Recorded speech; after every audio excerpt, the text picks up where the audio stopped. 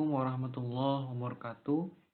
Nama saya Sanandur Rahman. Di sini saya akan menjelaskan terkait dengan pengertian individu. Ya. Individu berasal dari kata Yunani yaitu individu sendiri yang artinya tidak terbagi. Dalam ilmu sosial, paham individu menyangkut tabiat dengan kehidupan dan jiwa yang majemuk, memegang peranan dalam pergaulan hidup manusia. Individu merupakan kesatuan yang terbatas, yaitu sebagai manusia perseorangan, bukan sebagai manusia keseluruhan. Menurut Kamus Besar Bahasa Indonesia, KBBI menyatakan bahwasanya individu berarti orang pribadi yang terpisah dari yang lain. Bisa juga disebut individual yang berarti mengenai atau berhubungan dengan manusia secara pribadi, bersifat perseorangan.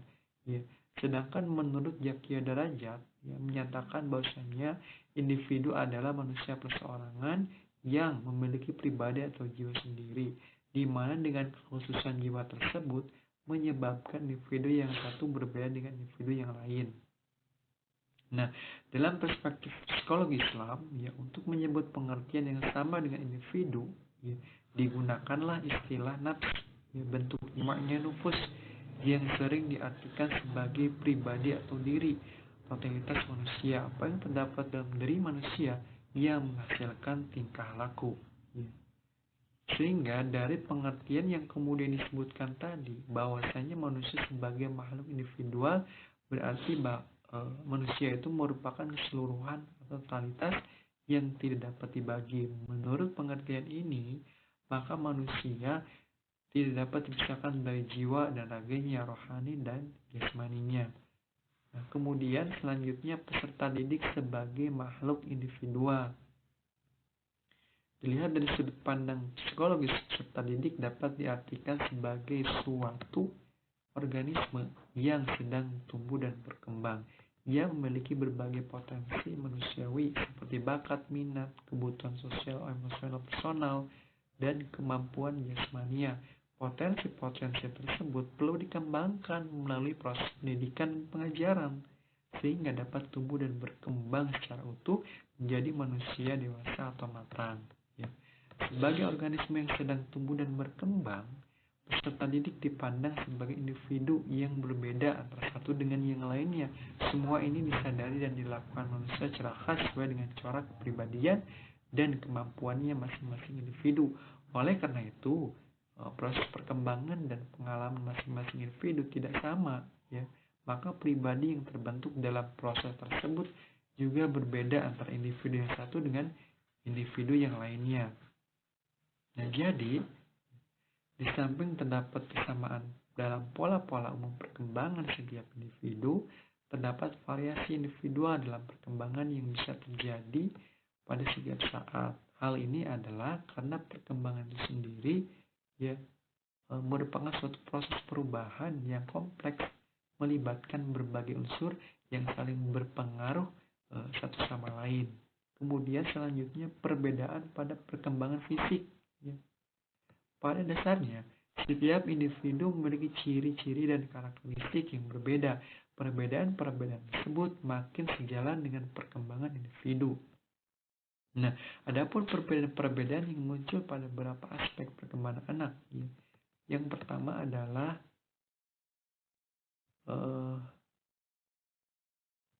dari perubahan fisik. Pada awal masa kanak-kanak tengah, kisaran usia 7-9 tahun, itu anak-anak biasanya menunjukkan perolehan penampilan baru, di mana tampil lebih ramping dan atletis. Anak perempuan dan anak laki-laki masih memiliki bentuk tubuh dengan proporsi sama sampai dengan keduanya mencapai pubertas. Proses di mana dorongan seksual anak-anak tumbuh kuat hingga ia dewasa. Setelah pubertas, karakteristik seksual sekunder mulai tampak, terutama bentuk rupa payudara pada wanita, serta suara yang lebih dalam dan bahu yang lebar pada laki-laki. Hal ini membuat perbedaan antara perempuan dari laki-laki lebih nyata. Kemudian selanjutnya dari segi perkembangan otak dan sistem saraf. Dalam perkembangan ini, ya, berlangsung selama masa kanak-kanak menengah. Kemampuan perilaku dan kognitif yang lebih kompleks sejalan dengan makin kuatnya sistem saraf pusat pada awal masa kanak-kanak tengah. Percepatan pertumbuhan terjadi di dalam otak, sehingga pada usia 8 atau 9 tahun organ tubuhnya hampir sama dengan ukuran anak-anak orang dewasa. Nah, kemudian selanjutnya adalah dari segi keterampilan motorik. Keterampilan motorik adalah berperilaku atau kemampuan melakukan gerak motorik. Keterampilan motorik melibatkan penggunaan gerakan tubuh yang besar, atau kemudian disebut dengan keterampilan motorik bruto.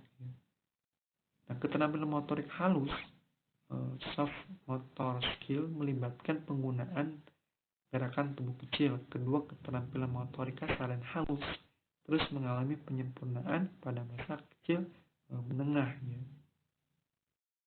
Nah, kemudian dari segi kesehatan, masa kanak-kanak tengah cenderung menjadi masa hidup yang sangat sehat bagi mereka, terutama pada masyarakat orang-orang barat dan di negara-negara maju lainnya. Pada usia dini biasanya muncul penyakit khas bagi anak-anak seperti pilek, batuk, dan sakit perut. Berbagai penyakit ini cenderung berkurang frekuensinya pada masa kanak-kanak. Hal ini disebabkan karena peningkatan ketahanan tubuh, kemudian dan perbaikan gizi. Meski penyakit yang diderita anak-anak usia ini bersifat ringan, paling tidak tetap memerlukan perhatian medis. Penyakit ringan dapat membantu anak-anak makin matang belajar, keterampilan psikologis, dan mengatasi ketidaknyamanan. Assalamualaikum warahmatullahi taala wabarakatuh. Sedikit saya memberi penjelasan berkaitan dengan perbedaan dan perkembangan intelektual bagi anak. Seperti hal yang di perbedaan dalam pada perkembangan fisik anak pada tahap operasi kontrak, menurut Pengit, anak-anak dapat berpikir logis tentang suatu hal. Walaupun demikian, kadar dan cara anak untuk berpikir logis terhadap suatu akan ada perbedaan. Terus lain halnya dengan guru dan menggunakan berbagai benda kontrak sebagai media untuk menyampaikan materi akan membuat anak lebih cepat mengertian. Satunya ingatan. Anak usia sekolah lebih baik pada keterampilan mengingat daripada rata-rata anak yang berusia di bawahnya, lebih dari sekedar memahami dunianya. Yang kedua, anak cerdas. Psikologi, inteligensi, dan otoritas lainnya sangat tertarik pada kecerdasan anak. Kecerdasan anak adalah kapasitas kognitif yang menurut pada pengetahuan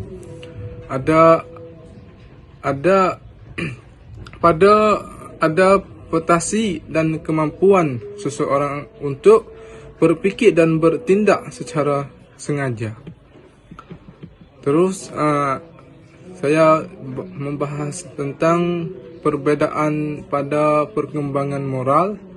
Tadinya perkembangan intelektual sebagai anak, terus perkembangan pada perbedaan dan perkembangan moral. Perbedaan yang dapat terjadi pada aspek perkembangan moral pada individu banyak tergantung dari lingkungan, bukan bawahan lahir. Lingkungan keluarga, teman sebaya, dan sekolah atau guru membuat perbedaan pada perkembangan moral anak. Contohnya, perbuatan yang baik yang diberikan orang tua dan guru dengan cepat akan ditiru oleh anak-anak usia SD. Seperti pada adanya, adapun dua pandangan ahli tentang pada perkembangan moral, iaitu piramid dan tahapan moral.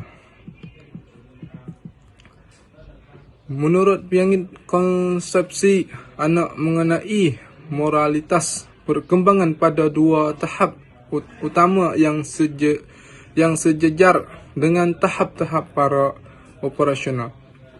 Tahap pertama, hambatan moralitas, juga disebut heteronomos, bercirikan kekakuan penyesuaian yang sederhana. Tahap yang kedua, moralitas kerja, sama juga disebut bercirikan moral yang fleksibel, kenyal. Anak-anak yang telah matang banyak bergaul dengan teman-teman sebaya maupun dengan orang dewasa. Mereka kurang bersifat egosentrik. Mereka berpendapat luas yang sering kali bertentangan dengan yang terdapat di rumah. Yang kedua, Kolbin dan alasan moral.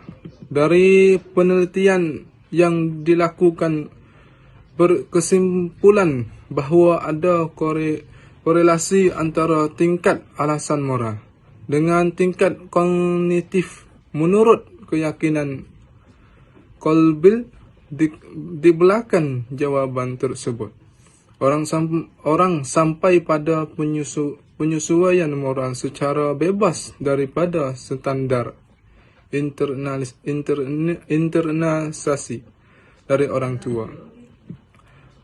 Jadi perkembangan dan alasan moral itu terbaginya 3 tingkatnya terbagi pada 3. 1, morality. Yang kedua, morality, anak usia 4 tahun sampai 5 itu anak masih di bawah pengawasan orang tua. Yang kedua, anak 10 tahun sampai 13, anak telah menginternalisasikan fikur kekuatan standar. Yang ketiga, anak usia 13 atau lebih daripada 13 itu, moralitas sepenuhnya internal. Terus, perbedaan kemampuan. Setiap anak usia SD mempunyai kemampuan berbeda-beda. Kemampuan di sini dapat diartikan sebagai kemampuan berkomunikasi, bersosialisasi, untuk kemampuan kognitif. Aspek perkembangan dan kemampuan pada seseorang anak, yaitu tes IQ. Tes IQ dipergunakan untuk mengukur kecakapan anak, lebih dilakukan secara individu. Yang kedua, pendidikan khusus untuk anak cacat. Pengertian anak cacat sebenarnya sangat luas. Istilah cacat dapat digunakan untuk anak-anak yang mempunyai gangguan perkembangan pada fisik, intelektual, bahasa, atau gangguan ganda dari beberapa aspek perkembangan anak. Yang ketiga, sikap orang tua dalam membentuk perbedaan individu. Bismillahirrahmanirrahim. Saya Siti Nursana dari kelompok 7. Di sini insya Allah saya akan sedikit menjelaskan beberapa materi. Untuk yang pertama ada materi tentang faktor yang mempengaruhi perbedaan individu. Faktor yang mempengaruhi perbedaan individu itu terdapat dua macam. Yang pertama ada faktor keturunan dan yang kedua ada faktor lingkungan. Nah, faktor keturunan. Nah, dalam setiap individu itu mempunyai kemampuan dan kapasitas masing-masing, yang mana kemampuan dan kapasitas tersebut diturunkan oleh orang tua kepada anaknya, yang kemudian dapat membatasi perkembangan kemampuan individu tersebut atau anak tersebut. Contohnya seperti adanya perbedaan jenis kelamin. Itu jelas ya, jenis kelamin itu berbeda karena ada faktor keturunan. Yang kedua bisa juga dari kecerdasan. Kecerdasan juga dapat berkembang dari keturunan, faktor keturunan gitu. Nah, yang kedua ada faktor lingkungan. Jelas ya, faktor lingkungan di sini sangat berpengaruh bagi perbedaan individu karena tidak ada seorang pun manusia yang berkembang di lingkungan yang sama.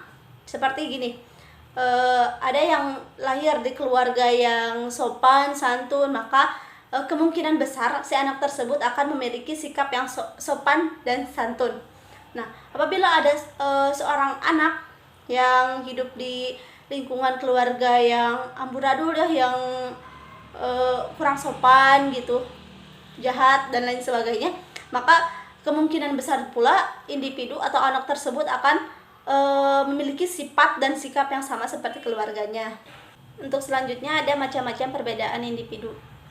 Yang pertama ada perbedaan kognitif. Perbedaan kognitif adalah kemampuan yang berhubungan dengan penguasaan ilmu pengetahuan dan teknologi.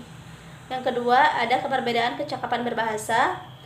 Berbahasa ini berguna untuk mengungkapkan pemikiran seseorang dengan menggunakan kata-kata yang sistematis, logis, dan secara terstruktur sehingga dapat dipahami oleh orang lain.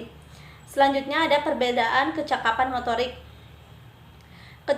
Kecakapan motorik ini adalah kematangan pertumbuhan fisik dan tingkat kemampuan berpikir yang akan membuat perbedaan pada kemampuan motorik masing-masing individu. Yang selanjutnya ada perbedaan latar belakang. Perbedaan latar belakang menjadi faktor pembeda antara orang lain yang mempunyai minat, kebiasaan, kecakapan, dan kemampuan berkonsentrasi. Selanjutnya ada perbedaan bakat. Jelas ya, perbedaan bakat merupakan perbedaan individu karena setiap individu ini mempunyai bakat dan keinginan masing-masing. Jelas itu pasti berbeda. Ada yang mempunyai bakat melukis, ada yang mempunyai bakat menari dan lain sebagainya. Yang selanjutnya ada perbedaan kesiapan belajar. Nah, kesiapan belajar ini bukan melulu tentang umur yang seharusnya sudah masuk SD dan lain sebagainya, tapi perbedaan kesiapan belajar ini ada dari ekonomi yang kurang. Jadi ekonominya yang kurang sehingga kesiapan belajarnya itu tidak tercapai gitu. Selanjutnya ada perbedaan jenis kelamin dan gender. Jelas ya, beda jenis kelamin dan gender jelas berbeda itu individunya. Selanjutnya ada perbedaan minat. Perbedaan minat diartikan sebagai kekuatan yang memotivasi dan membuat kita ingin melakukan sesuatu mengenai satu hal.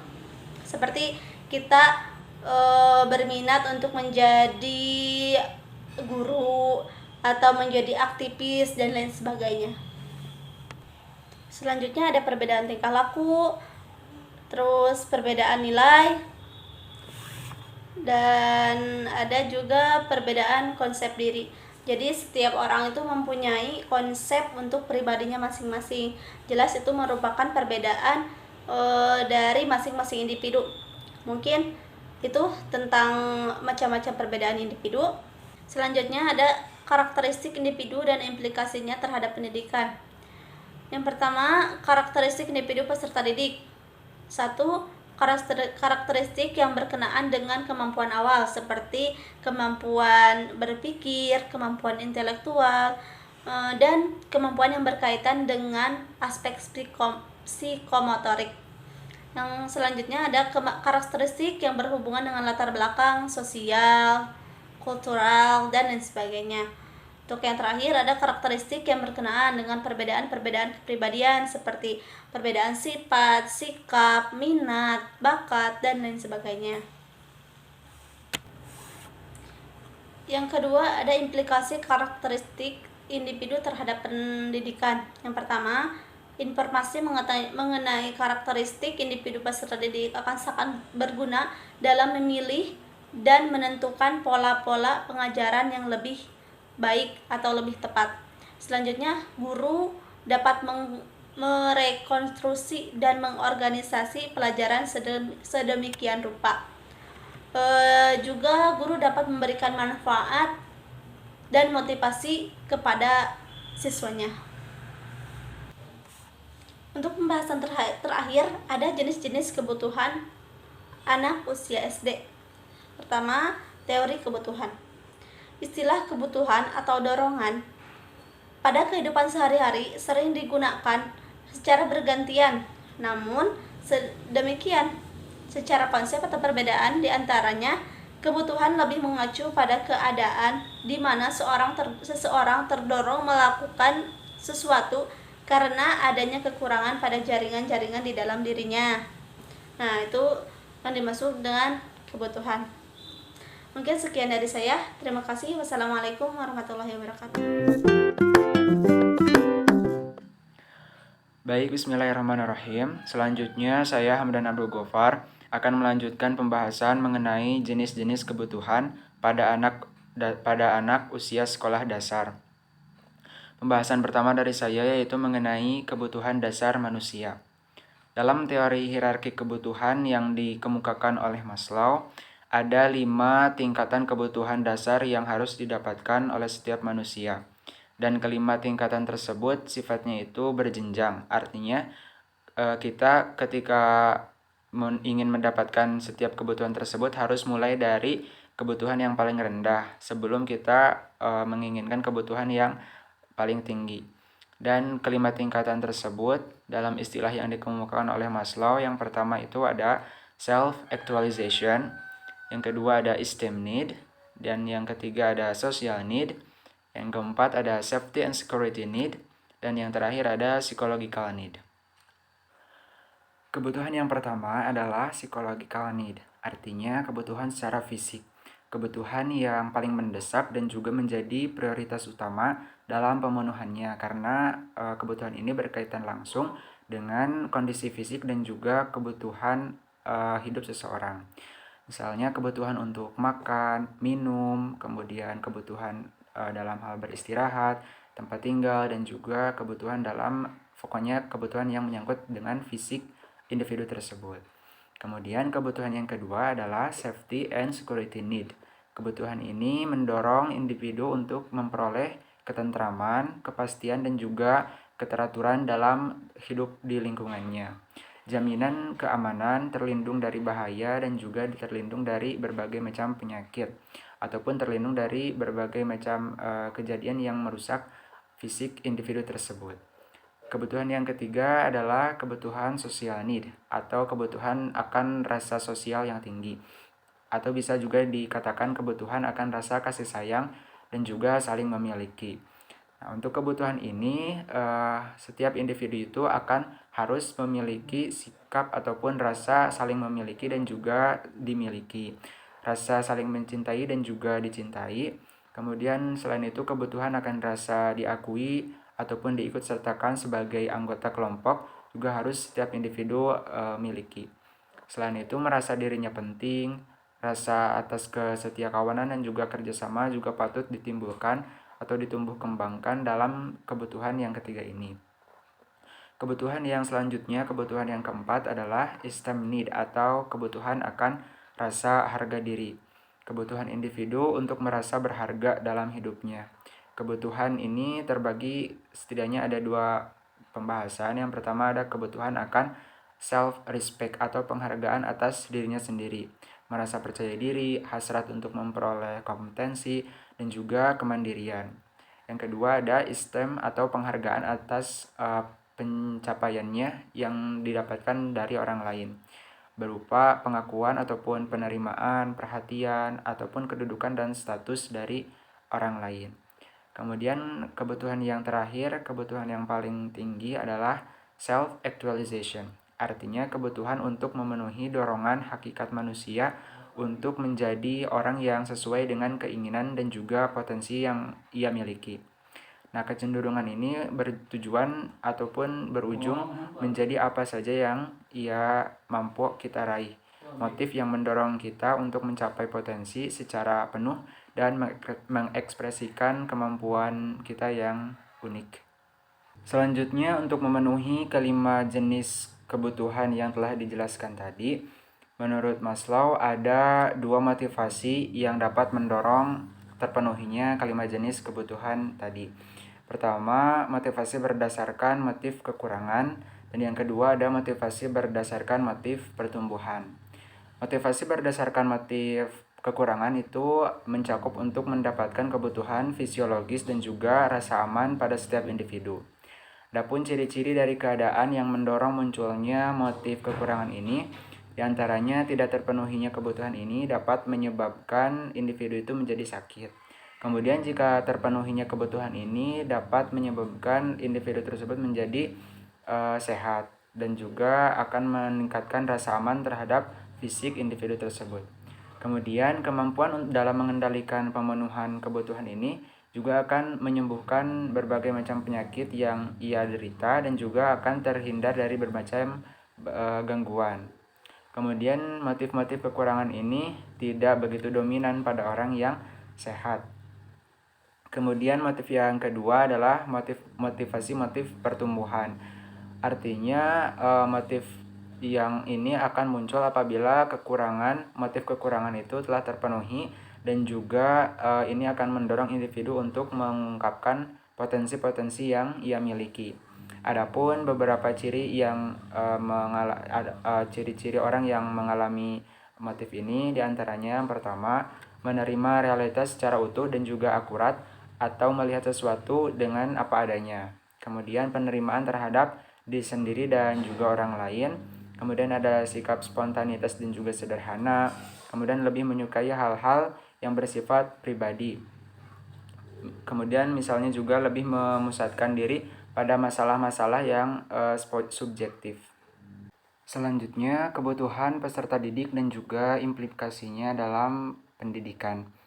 Nah, kegiatan belajar di sekolah itu pada prinsipnya merupakan manifestasi atas kebutuhan-kebutuhan individu tersebut.